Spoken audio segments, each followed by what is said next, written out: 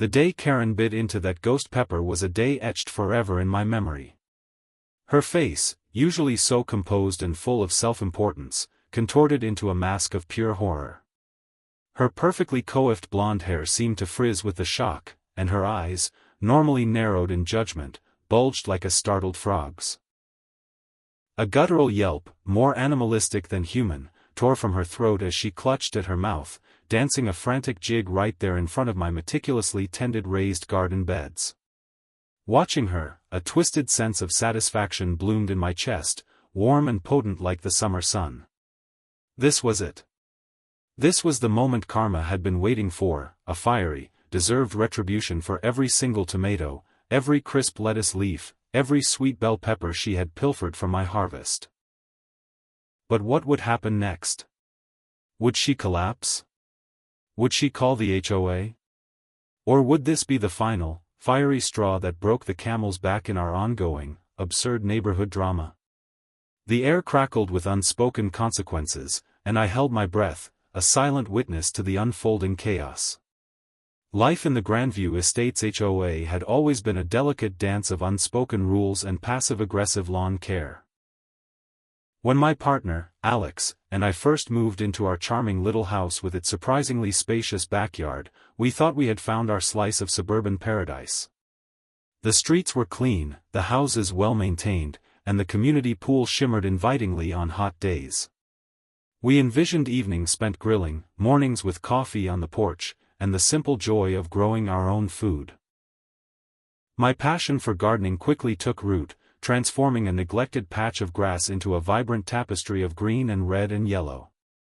There was something deeply grounding about sinking my hands into the rich earth, nurturing tiny seedlings into robust plants, and witnessing the miracle of growth. I loved sharing the bounty, too, often leaving bags of surplus zucchini or plump tomatoes on neighbors' doorsteps, a small gesture of goodwill in a world that often felt increasingly disconnected. Our immediate neighbor, Karen Dubois, however, seemed to operate on a different wavelength entirely. From the moment we unpacked the first box, her presence was a constant, unsettling hum in the background of our new life. Her house, directly across from ours, was a testament to sterile perfection, not a single blade of grass out of place, not a stray leaf on her pristine driveway. Karen herself was a woman of precise habits, always impeccably dressed, her sharp gaze missing nothing. She was the self-appointed guardian of HOA regulations, a walking, talking rulebook who seemed to derive immense pleasure from pointing out every minor infraction. Our slightly overgrown rose bush, the basketball hoop Alex occasionally left out, even the cheerful string lights we hung for a summer barbecue, all drew her disapproving scrutiny and, inevitably, a passive-aggressive email from the HOA management, usually prefaced with a polite but firm, "It has come to our attention." We knew, without a shadow of a doubt, where it had come from. At first, we tried to be understanding. Maybe she was just meticulous. Maybe she genuinely cared about property values. Alex, ever the optimist, suggested we bake her some cookies, a peace offering. I, less naive, figured it wouldn't hurt. The cookies, a batch of my grandmother's famous chocolate chip recipe, were returned to our doorstep an hour later, untouched, accompanied by a terse note about adhering to community health guidelines, and a passive-aggressive suggestion to consult the HOA-approved vendor list for baked goods. That was our first clear sign that Karen wasn't interested in neighborly warmth. As the months passed, my garden flourished. Rows of sweet corn grew tall, their tassels waving in the breeze. Juicy tomatoes ripened on the vine, glowing like rubies. Crisp lettuce, tender spinach, plump cucumbers, and vibrant bell peppers filled our beds. It was a source of immense pride and, frankly, a significant saving on our grocery bill. I spent hours out there, weeding, watering, and just enjoying the peace. Then, little things started happening. At first, I dismissed them as innocent mistakes or perhaps a curious animal. A single tomato, ripe for picking, would be gone. A few leaves of lettuce would be missing. It was minor, barely noticeable. But then, it became more frequent, more substantial. An entire row of snap peas vanished overnight. Half a dozen bell peppers disappeared in a single afternoon. It was too systematic, too clean to be a deer or a squirrel. One sunny afternoon, I was deadheading marigolds near the fence line, partially obscured by the climbing beans. I heard a rustle, then a soft snap. Peeking through the foliage, my blood ran cold. There was Karen, casually leaning over our shared fence, plucking a ripe cucumber from the vine with a serene expression on her face. She dropped it into a reusable shopping bag she carried, then straightened up, glancing around furtively before retreating into her perfectly manicured yard. My heart pounded with a mixture of disbelief and simmering anger. It wasn't just once, I realized. This had been happening for weeks, perhaps months. She wasn't just borrowing. She was stealing, boldly and without a shred of remorse. The nerve. This woman, who nitpicked every tiny detail of our lives through HOA regulations, was openly pilfering from our property. I recounted the incident to Alex that evening, my voice trembling with indignation. She just took it, Alex. Right there. Like it was hers. Alex, ever the calming presence, rubbed my back. Are you sure? Maybe she thought it was a shared plant? No. It's clearly on our side, in our raised bed. And she had a bag. This explains everything. I paced our kitchen, fuming. The missing tomatoes, the peppers, it's all her. We decided to give her the benefit of the doubt, one last time. We installed a small, subtle camera facing the garden, just to be sure. A few days later, the evidence was undeniable.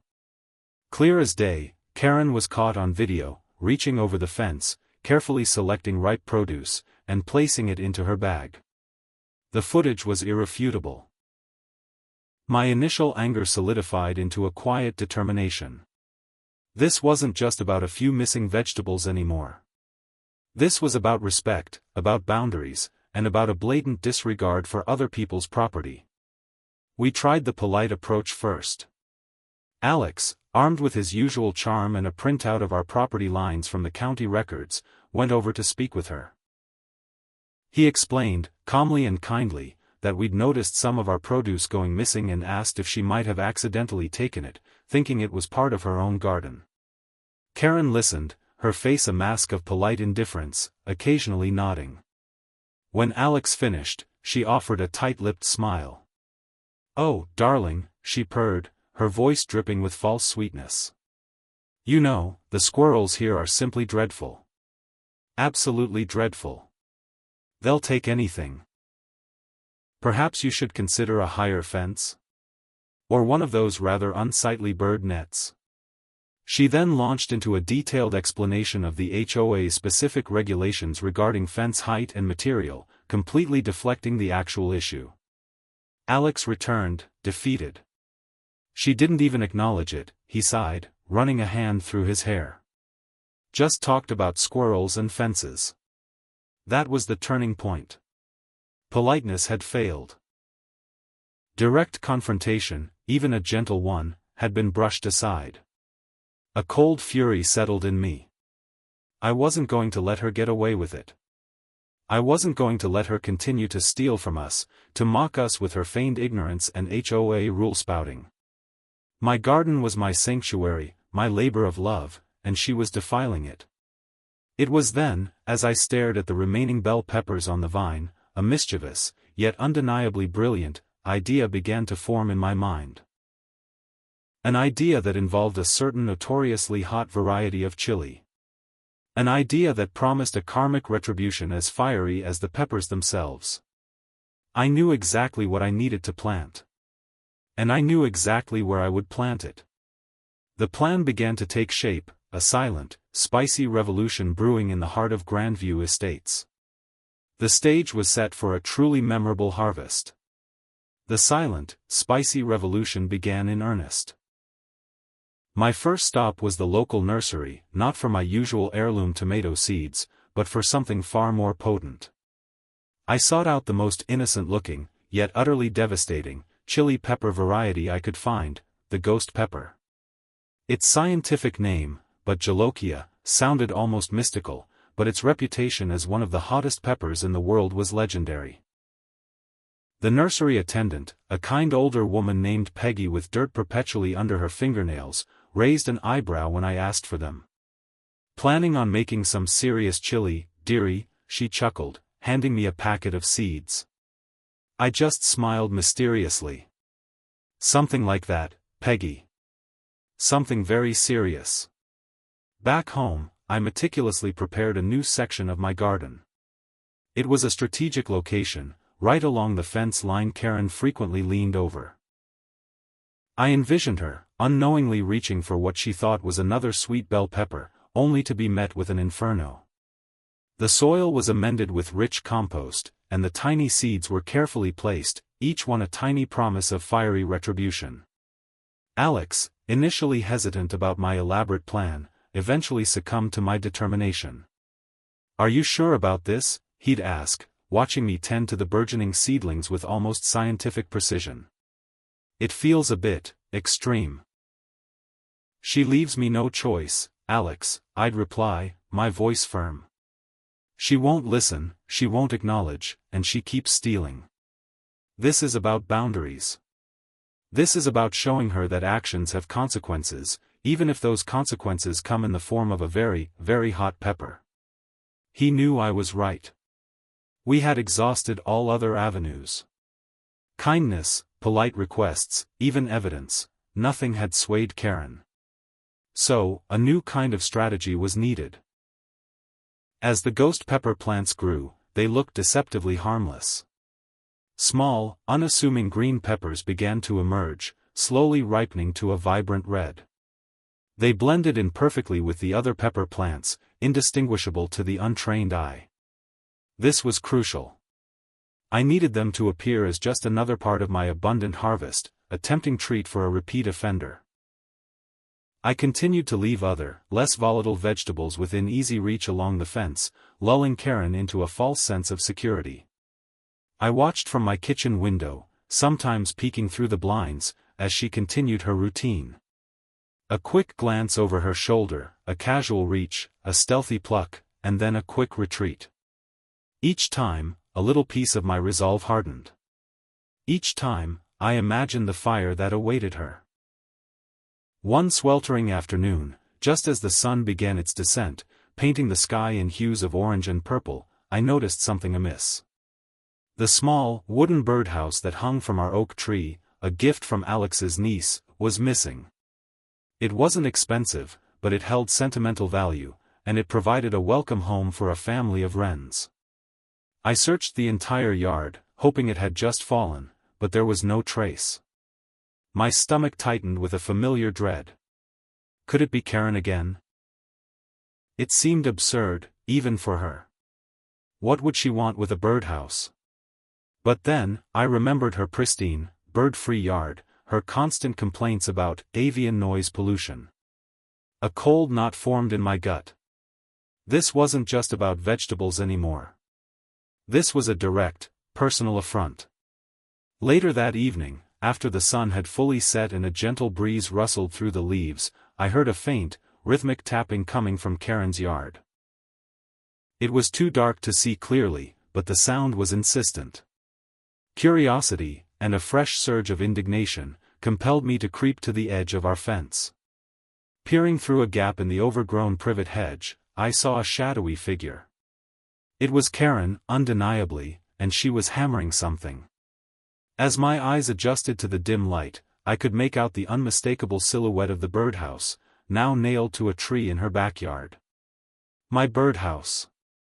The audacity was breathtaking. Not only had she taken my vegetables, but now she was actively removing items from my property and reappropriating them as her own. My anger, which had been a slow burn, now flared into a roaring inferno. The ghost peppers, patiently ripening on their vines, suddenly felt like a righteous and necessary weapon. This was no longer just about boundaries, it was about outright theft and a complete lack of respect for another person's home. The game had truly changed. The sight of my birdhouse, brazenly displayed in Karen's yard, solidified my resolve. The polite, gentle person I usually was began to recede, replaced by a steely determination. Alex saw the change in me. He knew this wasn't just about the birdhouse or the vegetables anymore, it was about the principle of the thing, about a neighbor who felt entitled to trespass and take what wasn't hers. We debated confronting her directly, but the memory of her deflections and the squirrels excuse still stung. It was clear words wouldn't work. Only actions, specifically very spicy actions, would get her attention. I intensified my focus on the ghost peppers. They were ripening beautifully, their vibrant red skins promising an intense heat. I carefully cultivated them, ensuring they received optimal sunlight and water, almost as if I were nurturing a tiny, botanical revenge. I imagined each drop of water, each ray of sun, infusing them with more and more capsaicin, the chemical compound responsible for their legendary fire. I also made sure to strategically place other, less dangerous, but equally tempting, vegetables near them, a lush head of romaine lettuce, a cluster of ripe bell peppers, even a few of the smaller, sweeter cherry tomatoes. The idea was to make the ghost peppers seem like just another delightful part of the garden's bounty, waiting to be harvested by an unsuspecting thief. The tension in the neighborhood, at least for us, became almost palpable. Every time Karen walked by, her gaze sweeping over our yard, I felt a prickle of anticipation. Would today be the day? Would she finally make her move on the ghost peppers? I kept my camera recording, just in case, not wanting to miss the pivotal moment. Days turned into a week, and still, she continued her usual routine of pilfering the less exciting produce. It was frustrating, but also a testament to her consistent, unrepentant behavior. She was clearly addicted to the thrill of the take, the free produce, and perhaps, the quiet defiance of property lines. This only made me more certain that my chosen method of retaliation was the right one. One morning, as I was enjoying my coffee on the porch, a sudden, alarming sound shattered the quiet. It was a loud, frantic squawking, unlike anything I'd heard before. I peered over to Karen's yard, and my jaw dropped. There, at the base of the oak tree where she had hung my birdhouse, was a scene of utter pandemonium. A flurry of tiny, brown feathers, frantic chirps, and the distinct cawing of a crow filled the air. A large crow, bold and aggressive, was pecking furiously at the birdhouse, trying to get inside. It wasn't just pecking, it was tearing at the wood, trying to widen the entrance. And inside, I could faintly hear the terrified chirps of baby birds. The wrens, the ones whose parents had made their home in that very birdhouse before it was stolen, were trapped. Karen rushed out of her back door, a look of pure exasperation on her face. She shooed the crow, waving her arms wildly, but the crow, emboldened by its clear advantage, merely hopped to a higher branch, cawing defiantly. Karen, clearly annoyed, grabbed a garden hose and sprayed the crow, but it only ruffled its feathers and returned to its assault on the birdhouse once she stopped. She stomped her foot in frustration. The birdhouse, which had been a sturdy, well-made piece, was starting to show significant damage. Splinters flew as the crow continued its relentless attack. The baby bird's chirps grew more desperate. A flicker of empathy, surprising even to myself, briefly crossed my mind. Even Karen, for all her infuriating habits, surely wouldn't want baby birds to come to harm. But that flicker quickly died as I remembered her cold dismissal of our concerns, her blatant theft, and the sheer audacity of stealing a birdhouse to begin with. This was, in a strange way, another consequence of her actions, a small, chaotic twist of fate delivered by an angry bird. She had taken something meant for nature, and now nature was fighting back. I watched, hidden from view, as Karen struggled, increasingly frantic, to deter the crow. She threw small pebbles, she yelled, she even tried banging a pot with a spoon, but the crow was persistent, clearly determined to reach its tiny prey. The baby bird's cries were heartbreaking, and I found myself torn. While part of me felt a grim satisfaction at Karen's distress, another part, the kinder part, wanted to help the innocent creatures caught in the middle. The crow, sensing weakness, increased its assault, and a small hole appeared in the side of the birdhouse, exposing the terrified nestlings. This was no longer just about Karen, it was about the vulnerable lives inside that stolen birdhouse. The situation had escalated far beyond a simple neighborhood spat, and I knew, in that moment, I had to do something, even if it meant revealing myself. But what could I do? And how could I do it without giving Karen any satisfaction or making it seem like I was condoning her theft? The answer wasn't clear, but the urgency was undeniable. The fate of the baby wrens hung in the balance. The desperate chirps of the baby wrens were a sharp stab to my conscience. My anger at Karen momentarily receded, replaced by an urgent need to protect innocent lives. Alex, hearing the commotion, rushed out, his face reflecting my own concern. "What's going on?" he asked, spotting the crow's relentless assault on the birdhouse. I quickly explained, pointing to the damaged birdhouse. "It's the one she took, Alex. The babies are in there." We exchanged a look. This wasn't about Karen anymore. It was about the little birds. We had to act fast. Alex, ever resourceful, immediately thought of a solution. "I'll get the ladder," he said, already heading towards the garage. "You grab a blanket or something to cover the entrance once I get up there. We need to scare off that crow and get them out." While Alex retrieved the ladder, I grabbed a soft, old towel from the laundry room. My heart pounded with a mix of adrenaline and worry. The crow, sensing our presence, briefly flapped its wings and cawed a warning, but it didn't fully retreat. It was tenacious. As Alex positioned the ladder against the oak tree on our side of the fence, making sure it was stable, Karen emerged from her back door again, this time armed with a broom. She looked utterly exasperated, muttering to herself as she swatted feebly at the crow, which merely dodged her attempts with mocking ease. Her attention was so fixated on the crow that she didn't seem to notice us initially, our efforts partially obscured by the thick foliage of the oak tree. Alex began to ascend the ladder, slowly and carefully. The crow, perhaps sensing a larger threat, finally flew to a higher, more distant branch, observing us with its beady eyes. "Okay, I'm almost there," Alex called down, his voice strained. He reached the birdhouse, carefully placing his hand over the now enlarged hole the crow had created. "They're really small," he murmured. "And scared." I handed him the towel, and he gently draped it over the entire birdhouse, momentarily securing the opening and offering some comfort to the frightened hatchlings inside. Karen, finally noticing our activity, stopped her futile broom waving.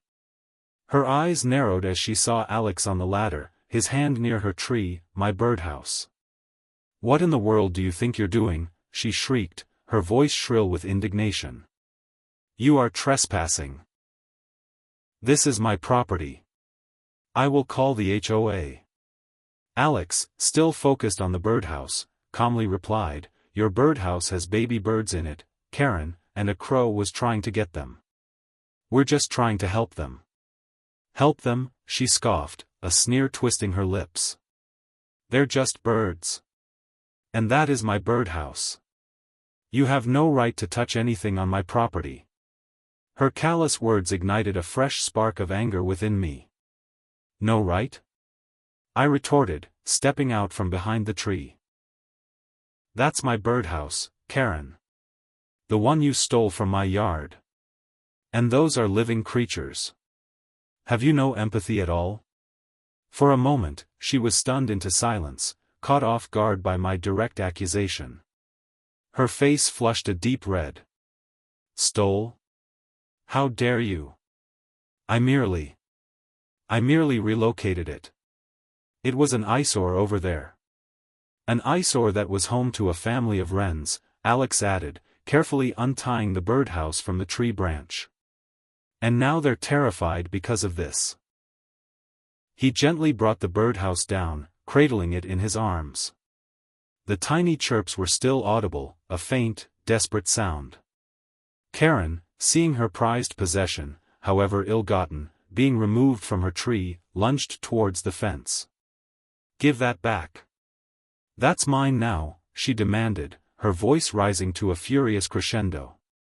"It was never yours, Karen," I stated, my voice firm despite the tremor in my hands. "And we're taking it back to where it belongs, where those birds will be safe." Alex, with the birdhouse safely in hand, carefully descended the ladder. We then walked back towards our yard, Karen's furious protests echoing behind us. We ignored her, our focus entirely on the fragile lives within the birdhouse. Once safely in our yard, Alex and I carefully placed the birdhouse back on our oak tree, securing it firmly. The parent wrens, who had been anxiously flitting nearby, immediately returned, chirping frantically. They cautiously entered the birdhouse, and the volume of the baby bird's chirp seemed to lessen, replaced by a reassuring, soft cooing from the parents. We watched for a long moment, a shared sense of relief washing over us. The little family was safe, at least for now. But the confrontation with Karen had been intense. Her fury was palpable, and I knew this wouldn't be the end of it. She had been publicly exposed, her theft undeniable, and her lack of empathy laid bare. As I looked at the now secure birdhouse, then at the thriving ghost pepper plants, their red fruits glowing menacingly, I knew the stakes had been raised. The stage was set for a new kind of escalation, one that would inevitably involve the very HOA regulations she held so dear. The peace of our neighborhood had been shattered, and a true battle of wills was clearly about to begin. I could almost hear the wheels turning in Karen's mind, plotting her next move, and I knew it wouldn't be pretty. The quiet suburban war had just intensified. The aftermath of the birdhouse incident was a tense, unsettling quiet. Karen, humiliated and furious, retreated into her house, but her anger lingered in the air like a storm cloud. We knew it was only a matter of time before she retaliated. Alex and I spent the rest of the day in a state of watchful readiness, half expecting a knock on the door from HOA management or a screaming match across the fence. Nothing happened, which somehow felt even more ominous. It was the calm before the inevitable, fiery storm. The wrens, oblivious to the human drama, seemed content in their reclaimed home, their soft chirps a gentle counterpoint to the simmering tension. My ghost pepper plants continued to thrive, their vibrant red fruits now practically begging to be picked. They were the perfect, unassuming tools for the karma I envisioned. I still left a few innocuous bell peppers and some ripe zucchini in easily accessible spots along the fence, maintaining the illusion of an unguarded, abundant harvest. It was a bait-and-switch operation, a patient waiting game for the moment of delicious, spicy retribution. A few days later, the first shot in Karen's counteroffensive was fired. It arrived in the form of an official-looking envelope from the HOA, emblazoned with their stern logo.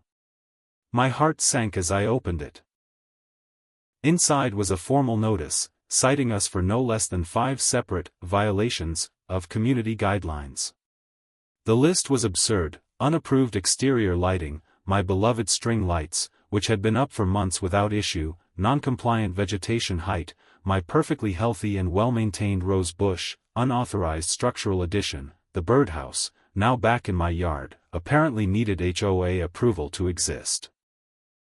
Improper waste receptacle placement. Alex had left the recycling bin out a few hours too early on collection day, and, most infuriatingly, unregistered garden beds causing aesthetic blight.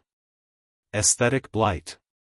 My beautiful, thriving vegetable garden, a source of joy and fresh food, was being called an aesthetic blight by the very woman who regularly stole from it. The letter ended with a threat of fines and a mandatory compliance review meeting. "This is ridiculous," I exclaimed, thrusting the letter at Alex. "She's just trying to get back at us." Alex read through the list, his face hardening. "This is classic Karen. Weaponizing the HOA. We'll fight it. We have pictures of the garden before and after, we can show receipts for the lights, and as for the birdhouse, we can prove it was ours. We spent the next few days preparing our defense, gathering documents, taking more photos, and even looking up specific HOA clauses to counter her claims. It felt like preparing for a court case, all over a garden and a birdhouse. The sheer pettiness of it all was exhausting, yet it fueled my resolve. She thought she could bury us in paperwork and fines. She thought she could make us give up. She had another thing coming. The day of the compliance review meeting arrived with a heavy sense of dread. The meeting was held in the small, stuffy HOA community room. There were 3 board members present, all looking stern and official, and then there was Karen, sitting across from us, radiating an air of smug satisfaction. She was dressed impeccably, of course, her hair pulled back in a severe bun. She barely looked at us, preferring to stare straight ahead, as if we were beneath her notice. The board president, a man named Mr. Henderson with a neatly trimmed mustache, began by outlining the concerns raised by a concerned resident. He went through each of Karen's fabricated complaints, his voice droning on, reading directly from her detailed submission. As he spoke, Karen nodded sagely, occasionally offering a faint, self-satisfied smile in our direction. My blood boiled, but I forced myself to remain calm, remembering Alex's advice: stay composed. Don't give her a reaction. When it was our turn, Alex presented our evidence calmly and logically. He showed photos of the garden, vibrant and well-kept, far from any blight. He presented receipts for the lights, showing they were outdoor approved and well-maintained. He even had a copy of the deed showing our property lines, subtly hinting at the true nature of Karen's concerns. I explained the situation with the birdhouse, carefully omitting the part about the ghost peppers, of course. I spoke about the joy my garden brought, the kindness of sharing produce with other neighbors, and how these complaints felt like personal attacks rather than genuine community concerns. Karen, however, was not to be outdone. When given the chance to respond, she launched into a dramatic performance. She spoke about maintaining property values, preserving the aesthetic integrity of the community, and even hinted at unseemly behavior in our yard, casting vague aspersions. She pointedly avoided mentioning the birdhouse theft, instead focusing on what she portrayed as our disregard for community standards. It was a masterclass in manipulation, twisting the narrative to make us seem like the problem. The board members listened intently, their expressions unreadable. Just as the meeting was drawing to a close, and I felt a knot of anxiety tighten in my stomach, unsure how the board would rule, an unexpected interruption occurred. Mrs. Gable, a sweet, elderly neighbor from down the street, suddenly stood up. She rarely spoke at these meetings, preferring to observe quietly. She was holding a small, brown paper bag. "Excuse me, Mr. Henderson," she said, her voice surprisingly strong. "I just wanted to say something about the garden. My grandson, David, has been very sick lately, and he hasn't had much appetite. But yesterday, your neighbor," she gestured towards me, "left us some of her fresh tomatoes. And for the first time in weeks, David ate a whole one, just a plain tomato, and he smiled. She always shares her vegetables with us, and they're always so fresh and lovely. It's the brightest spot on our street, if you ask me. I don't see any blight there." A ripple went through the room. The board members exchanged glances. Karen's face, which had been set in a triumphant smirk, faltered. Her eyes darted to Mrs. Gable, then to the board, then back to us, a flicker of something that looked suspiciously like fear crossing her features. Mrs. Gable, having delivered her powerful, heartfelt testimony, simply sat back down, a serene expression on her face. Her simple act of kindness, her genuine appreciation for the garden, had cut through all of Karen's carefully constructed accusations. It was a small victory, but a significant one, leaving Karen's carefully crafted facade crumbling, hinting that her influence wasn't as absolute as she believed. The board, clearly swayed by Mrs. Gable's words, looked visibly uncomfortable, and I knew, in that moment, the tide might just be turning. Mrs. Gable's unexpected testimony hung in the air, a breath of fresh, honest air in the stuffy HOA meeting. Karen's carefully composed facade had cracked, and for a fleeting moment, I saw a flicker of raw, unadulterated fury in her eyes. The board members, clearly uncomfortable, quickly wrapped up the meeting, promising to review all evidence and issue a decision shortly. We left the room with a cautious sense of optimism, but also a lingering feeling of dread. Karen wouldn't let this go. True to form, a few days later, we received another official HOA letter. This one, however, was less about violations and more about a new, highly restrictive rule that had been unanimously approved by the board. It stated, in no uncertain terms, that all non-decorative plantings within 5 feet of any property line were now prohibited. This was clearly aimed directly at my garden, specifically the ghost peppers ripening along our shared fence. It was a thinly veiled attempt to force me to remove them, to concede defeat. The letter ended with a stern warning. Compliance was mandatory within 48 hours, or significant daily fines would be levied. Alex was livid. This is outrageous. They just made up a rule to shut you down. I, however, felt a strange calm. This was Karen's final gambit, her last desperate attempt to assert control. And it was also her biggest mistake. She had given me a deadline, a clear window of opportunity. The ghost peppers were perfectly ripe, glowing an ominous red. The timing couldn't have been more perfect. No, I said, a slow smile spreading across my face. She's just given me exactly what I need. I spent the next day preparing. I harvested every single ghost pepper from the plants along the fence line, carefully placing them in a bowl. Their innocent appearance belied the inferno they contained. I also picked a generous handful of my sweetest, juiciest bell peppers and some vibrant cherry tomatoes. The plan was simple, yet devious, playing directly into Karen's established routine. I would keep the bait tempting, ensuring her nightly harvest would continue, but this time, the consequences would be unavoidable. That evening, just as the sun began to dip below the horizon, painting the sky in fiery oranges and purples, I executed my plan. I placed the bowl of mixed peppers and tomatoes right on the edge of the raised bed closest to Karen's fence.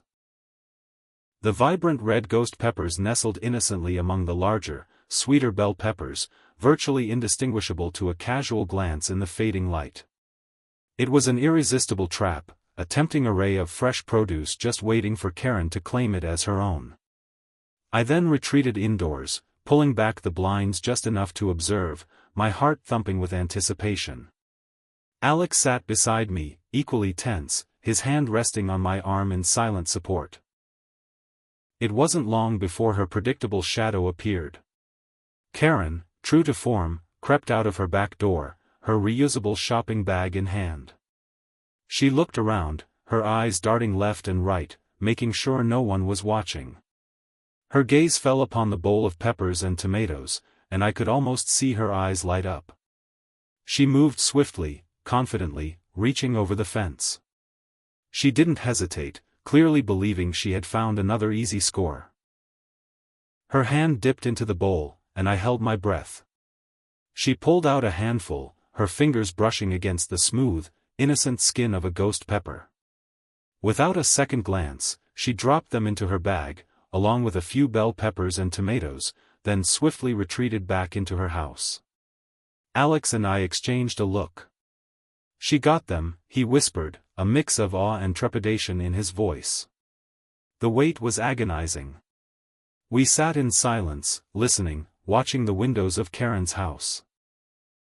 Minutes stretched into an eternity. Then, it happened. A guttural, choked sound erupted from Karen's house. It started as a low gasp, then quickly escalated into a series of panicked coughs, followed by a piercing shriek that ripped through the quiet evening air. Water! Water! Oh my God! My mouth! My mouth is on fire! We heard frantic running, the sound of cupboard doors slamming, and then a torrent of water being splashed.